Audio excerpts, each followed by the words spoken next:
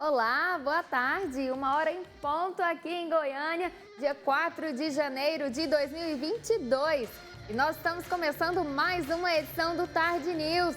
Para te deixar muito bem informado, fique ligado no jornal de hoje e fique por dentro de tudo que está acontecendo. Vamos aos destaques do dia. Está aberta a temporada de concursos públicos. Veja como se preparar e garantir a aprovação.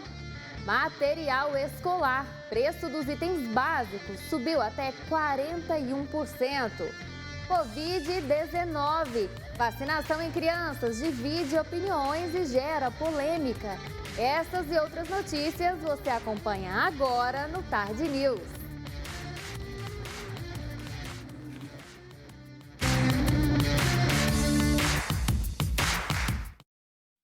O Procon Goiás divulgou uma pesquisa de preços de material escolar. Em média, os produtos subiram 8,71% em comparação com o ano passado, mas alguns itens registraram aumento de preços de mais de 40%. O ano mal começou e os pais já estão preocupados com as despesas com os estudos dos filhos. Matrícula, uniforme, material escolar. Pensando em proteger o consumidor e orientar na hora da compra dos itens escolares, o Procon de Goiás realizou uma pesquisa em que foram analisados os preços de 127 produtos que fazem parte da lista de material escolar. Em média, o valor dos itens subiu 8,71% em comparação com o ano passado. Mas em alguns produtos a alta chegou a 41%. É o caso da caixa de lápis de cor com 24 unidades, que passou de R$ 42,22 para R$ 59,69, um aumento de 41,38%. A pasta de plástico, que no ano passado custava R$ 3,24, agora foi encontrada por R$ 4,57, 41,05% a mais. O giz de cera grosso com 12 unidades custava R$ 5,02 e agora está R$ 6,70, aumento de 33,37%. Já a lapiseira 07 era R$ 7,44 no ano passado. E este ano está custando R$ 9,91, 33,20% a mais. A massinha de modelar com 12 cores, que era R$ 5,56, foi encontrada a R$ 6,70, alta de 20,42%. Além de avaliar a diferença de valores do ano passado para agora, o Procon Goiás também pesquisou a variação de preços de um mesmo produto em estabelecimentos diferentes. Alguns itens foram encontrados com diferença de 460%, o que mostra que os pais devem pesquisar antes de comprar os materiais escolares para encontrar o melhor preço. A borracha branca foi encontrada custando 50 centavos em um local e R$ 2,80 em outro, variação de 460%. Uma placa de isopor de 20 milímetros foi encontrada custando de R$ 3,00 até R$ 13,70, diferença de 356,67%.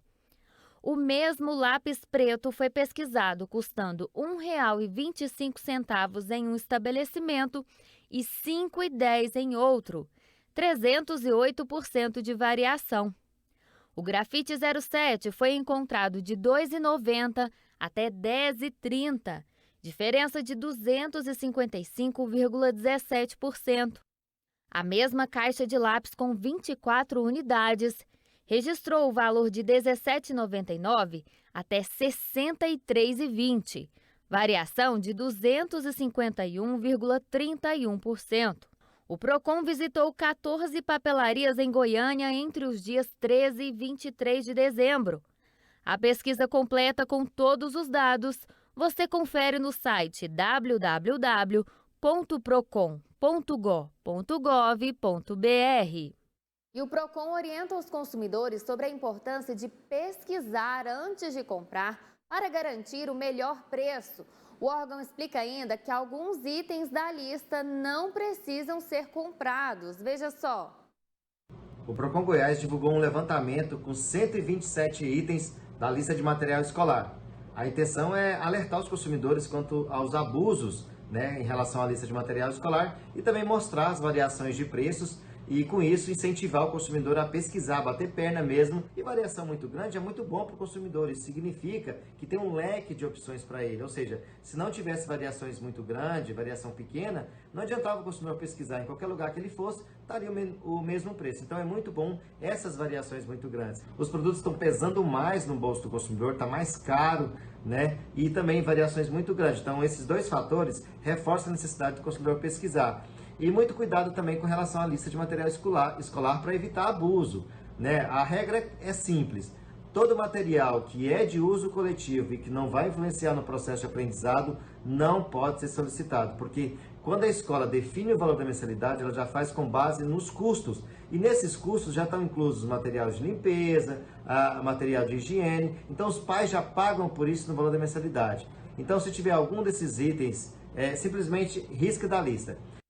Os concurseiros estão de olho e se preparando para os processos seletivos de 2022. Segundo os especialistas, o estudo, aliado à dedicação, faz toda a diferença no resultado final. O que une tanta gente em sala de aula é o sonho da estabilidade financeira, entre outros benefícios que a carreira pública proporciona. Segundo o coordenador de um cursinho preparatório de Goiânia, a promessa é de muitos certames para este ano. Vagas para polícia militar, tanto para soldado como para cargo de oficial. Também para a polícia civil, aí são vários cargos, agente, escrivão, perito, vários cargos. Nós temos também para a SEAD, que é a Secretaria de Administração do Governo, são mais de 300 vagas para o cargo de analista na Prefeitura de Goiânia. Nós temos a retomada do concurso de 2020, quando foi suspenso com aquele decreto de março. 1.500 vagas. Também nós temos a Guarda Municipal de Goiânia da Prefeitura. São 600 vagas anunciadas aí, também para o primeiro semestre agora. Também da Prefeitura de Goiânia para agente de trânsito, da Secretaria Municipal de Mobilidade Urbana. Murilo é advogado e concilia o trabalho com pelo menos 4 horas de estudo diário. Ele pretende prestar concurso para as polícias militar e civil de Goiás. É difícil, só que concurso público é igual uma fila de banco, Você tem que estar, não pode parar nunca, senão você vai para o fim da fila, Tem que estudar constantemente todo dia. E por falar nisso, a aula de hoje é sobre direito constitucional. Quais são os principais temas, professor? O artigo 5º é o coração da Constituição e é o tema mais importante de qualquer prova. E não seria diferente em tempos que a gente vem vivendo hoje, na cobrança das liberdades individuais, das liberdades e garantias fundamentais. A Raíssa está de olho nos concursos para 3 corporações goianas: Bombeiros, Polícia Militar e Civil. Eu tento estudar o máximo possível que eu consigo. Eu sou mãe, eu tenho um filho. De acordo com os especialistas, é possível estudar de várias maneiras. O mais recomendável é num cursinho como esse, mediante orientação profissional. Mas também é possível estudar via plataformas online e, para quem não tem condições, até mesmo sozinho. O mais importante é seguir uma metodologia, ter uma rotina de estudos e, principalmente, persistência, seja para o concurso de hoje e para os próximos que virão. Pode estudar através de plataforma online. Ela fica em casa e estuda em casa. Ela pode até usar o mesmo cursinho que ela gostaria de estudar, só que ela vai estudar em casa e fica um curso um pouco mais barato para ela. E se mesmo assim ela não puder, ela vai ter que utilizar aquele recurso que a gente fala do autodidata. Ele vai ter que pegar todo o conteúdo que ele tem que estudar, que ele tem que aprender, e através da internet, livros, materiais didáticos que ele possua, ele vai estudando em casa. O mês de janeiro é tradicionalmente marcado pelas férias escolares. O descanso das aulas é ansiosamente aguardado pelos alunos, especialmente pelas crianças. Dormir até mais tarde, passar a tarde toda brincando e até mesmo viajar são planos comuns para aproveitar as férias. E você sabia que esse período é de extrema importância na vida dos pequenos? Recarregar as energias é fundamental para um bom desenvolvimento nas mais diversas áreas, como social, emocional e cognitivo. Nós vamos conversar agora com a psicopedagoga Karine Lettieri, que vai nos explicar melhor sobre o quão importantes são as férias escolares. Karine, boa tarde. Boa tarde. Prazer te receber aqui no Tarde News. Todo meu. Por que o descanso é tão importante para as crianças? Então, nós passamos por um período pandêmico que foi muito estressante para todas as pessoas, tanto família, tanto para as crianças. E o momento de férias é um momento muito aguardado por todos, tanto pela família, tanto quanto pela criançada. E é importante que nós retomemos o sentido da palavra, a etimologia da palavra férias. Férias é dia de festa. Então, o que eu tenho numa festa? Eu tenho alegria, eu tenho encontro com pessoas, eu tenho comida gostosa, música, dança. Então, este precisa ser o significado deste período de férias para as crianças. Você comentou sobre a família, né? Qual que é a importância, durante esse período de férias, dos filhos ficarem mais tempo com os pais, estreitarem os laços do relacionamento? O convívio social, ele é de suma importância neste momento. Nós entendemos que algumas famílias enfrentam muita dificuldade para conciliar o momento de férias do trabalho com o momento das férias escolares. Essas famílias que enfrentam esta dificuldade precisam fazer alguns combinados com estas crianças, né? De modo que eles possam eleger, por exemplo, 2 eventos importantes na semana, como uma visita ao shopping, uma visita ao parque, e que a criança passe essa semana, esse dia, com essa espera positiva por esse evento que vai chegar e precisa ser vivenciado junto com a família. Karine, agora nas férias a gente sabe que, naturalmente, as crianças têm mais tempo para brincar, porque durante o período letivo, obviamente, tem as aulas, né? Muitas delas fazem outras atividades no período em que não estão na escola, mas nas férias elas têm tempo livre para brincar. Por que as brincadeiras são tão importantes para o desenvolvimento da criança? Como você mesmo tinha dito inicialmente, o brincar, ele desenvolve todas as esferas da criança para que ela se torne um indivíduo. Então, ela vai trabalhar o cognitivo, ela vai trabalhar a coordenação motora, o emocional. Então, esse brincar livre, ele é necessário. E nós precisamos compreender que as brincadeiras antigas, os jogos de tabuleiro também têm uma importância dentro deste processo. E a diferença está na participação. Quem é que vai estar junto com essa criança durante esse momento de aprendizagem lúdica? Karine, você está falando dessas brincadeiras antigas, né?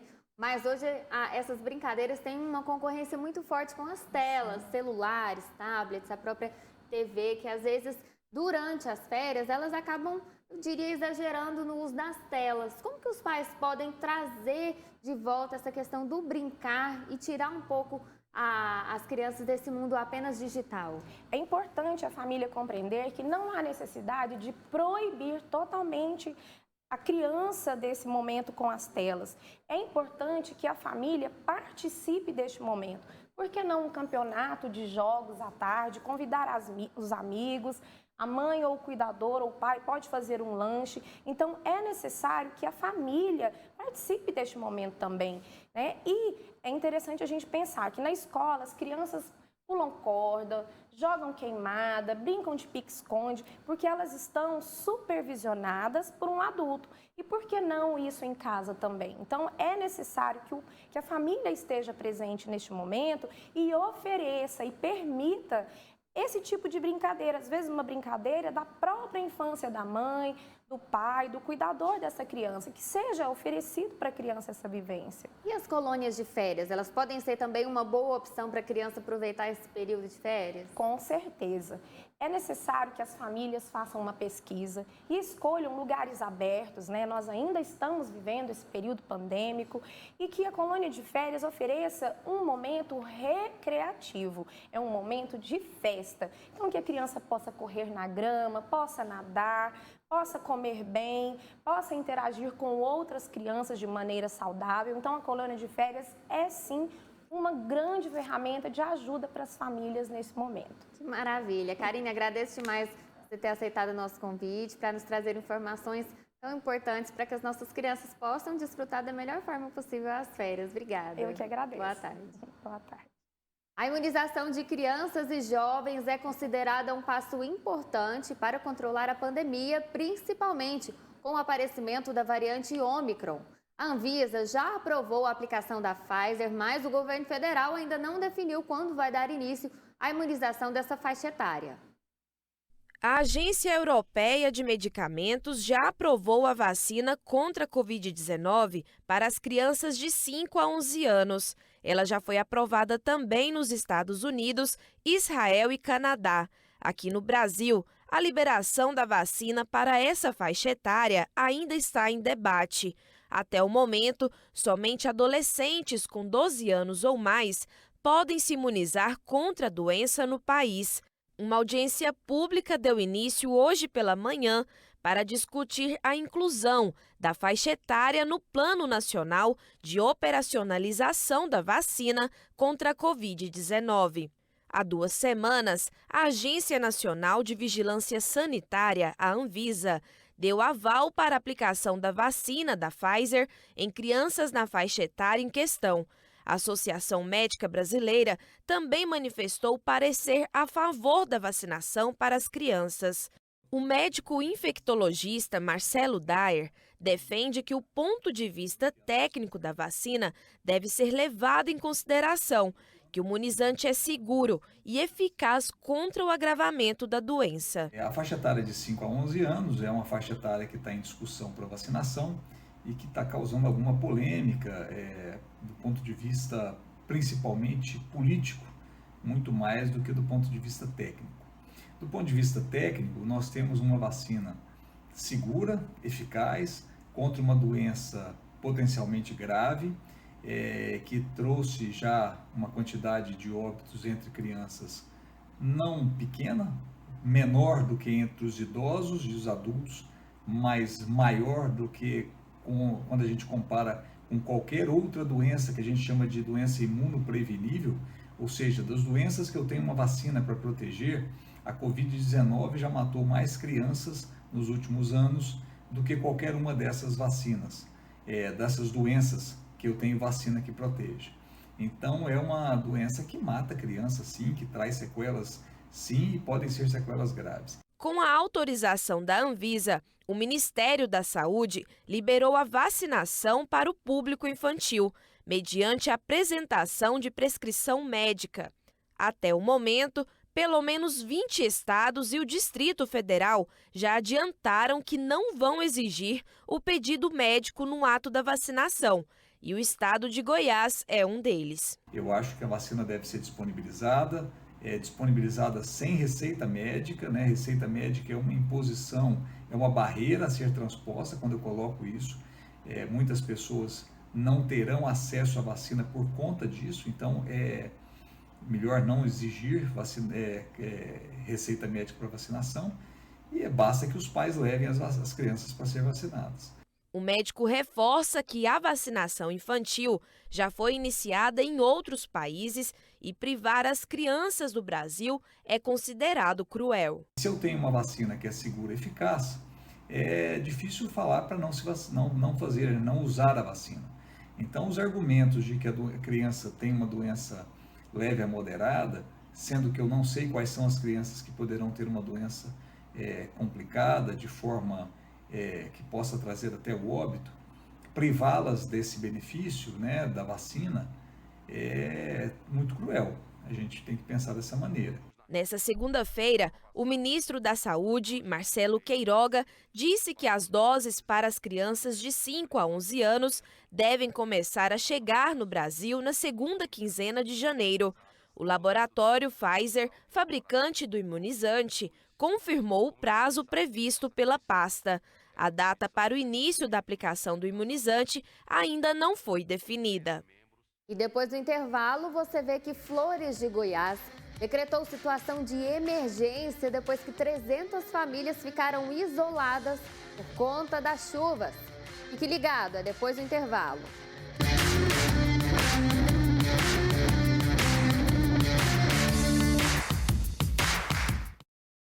Olá, eu estou aqui para fazer um convite a você para que acompanhe o nosso programa aqui na Fonte TV. Sim, estou aqui na Fonte TV todos os domingos, às 10 da noite, com aquele programa que você já conhece, em que a gente fala sobre as coisas da política, para deixar você bem informado sobre tudo o que acontece na política. 10 da noite, aqui na Fonte TV, canal 5. Até lá.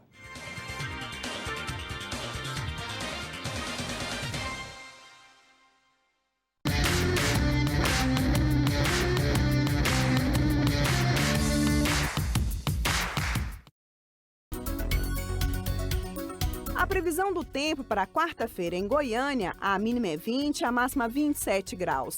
Sol com muitas nuvens durante o dia, período de nublado com chuva a qualquer hora. Para Brasília, a mínima é 18, a máxima 26 graus. Céu nublado com pancadas de chuva e trovoadas isoladas.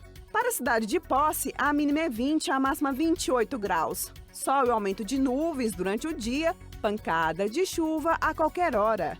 Para a cidade de Goiás, a mínima é 21 e a máxima 28 graus. Sol o dia todo com muitas nuvens, a previsão é de céu encoberto com possibilidade de chuva a qualquer momento. Quem costuma usar o cartão de crédito já deve ter se deparado com comerciantes que repassam o valor da taxa da maquininha para o consumidor na hora da compra. Mas essa prática é legalmente permitida? A resposta você confere no quadro Justiça de hoje.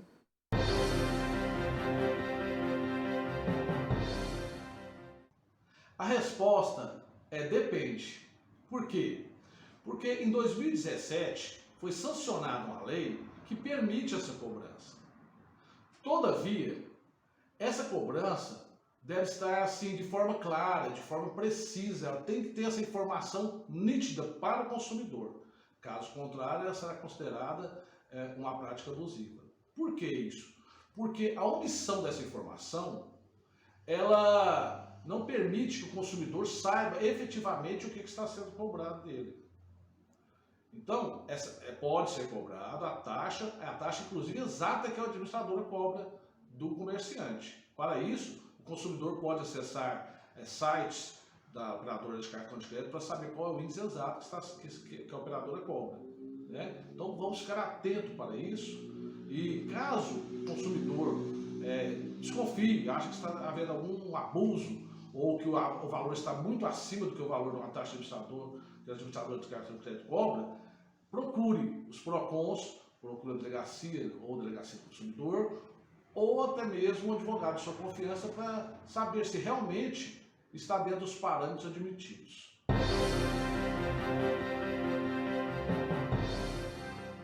Começou hoje o período de pré-matrículas na Rede Municipal de Ensino de Goiânia. O repórter Cedismar Júnior está conosco e traz os detalhes. Boa tarde. Isso mesmo, Priscila. Boa tarde a você, a todos que estão ligados conosco. Estamos aqui na nova sede da Secretaria Municipal de Educação de Goiânia, que inclusive está com os últimos ajustes, para falar sobre esse período de pré-matrícula na Rede Municipal de Ensino, que teve início hoje. Então, no ano passado, os alunos, pais ou responsáveis fizeram todo o procedimento para poder fazer a triagem, escolher as unidades de ensino, e agora é o momento para poder dar continuidade a esse processo. Para trazer maiores informações sobre esse período de pré-matrícula para o ensino fundamental e também para o ensino de jovens e adultos, o EJA, eu converso agora com a Débora Quixabeira, ela que é superintendente de gestão da Rede de Inovação Educacional aqui da Secretaria de Educação Municipal de Goiânia. Boa tarde, Débora. Um momento importante para dar prosseguimento a esse período de matrícula. Boa tarde. Nesse momento é a hora de efetivar a pré-matrícula e depois levar a documentação para a instituição que o pai ou a mãe escolher. Então, hoje, desde as 8 horas da manhã, o sistema já está aberto para as pessoas entrarem e fazerem lá a sua pré-matrícula. E como é que funciona? No ano passado foi feito isso de maneira online e agora as pessoas vão primeiro para um sistema ou vão direto para a unidade já escolhida antes? Elas primeiramente no sistema. Desde o ano passado já é assim, inclusive a gente já informa para as pessoas que porventura não tenham acesso à internet, não consigam ter, podem procurar as nossas coordenadorias regionais e até mesmo em algumas instituições a gente disponibiliza um servidor, um computador para ajudar, para poder fazer esse cadastro, essa pré-matrícula lá. Qual que é a diferença do que foi feito no ano passado para agora no sistema? E a partir de quando que a pessoa vai na escola para poder dar seguimento a isso? No ano passado era um primeiro momento de fazer um cadastro. Insere ali os dados da criança, insere a documentação, qual a região.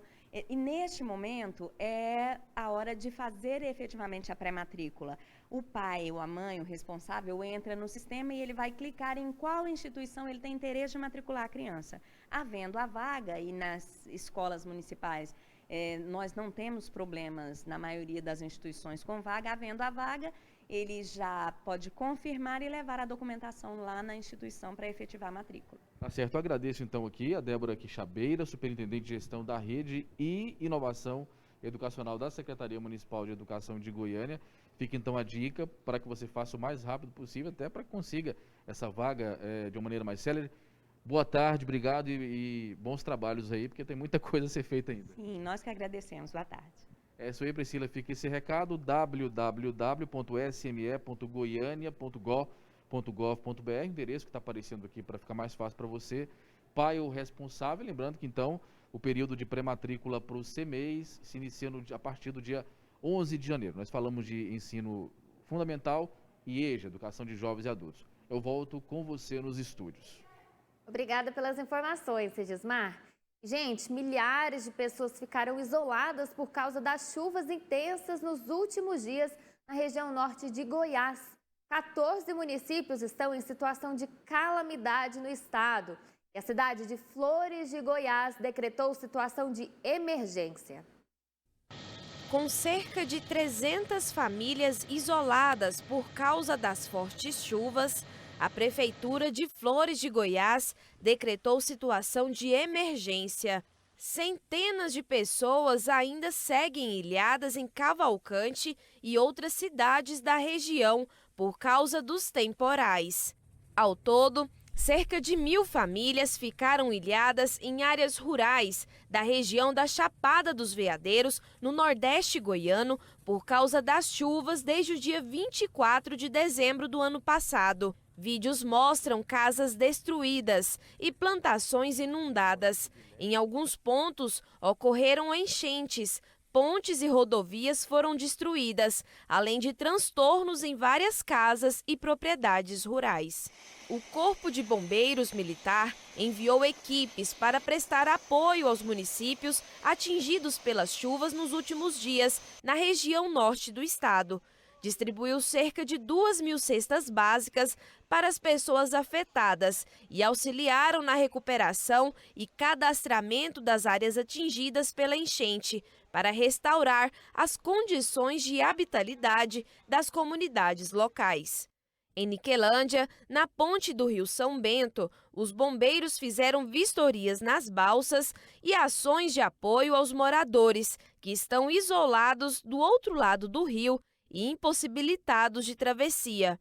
Ao todo, foi decretada a situação de calamidade pública em 14 municípios goianos por causa das enchentes. São elas Colinas do Sul, Cavalcante, Monte Alegre de Goiás, Campos Belos, Divinópolis de Goiás, São Domingos, Iaciara, Formoso, Niquelândia, São João da Aliança, Guarani de Goiás, Flores de Goiás, Teresina de Goiás e Alto Paraíso de Goiás.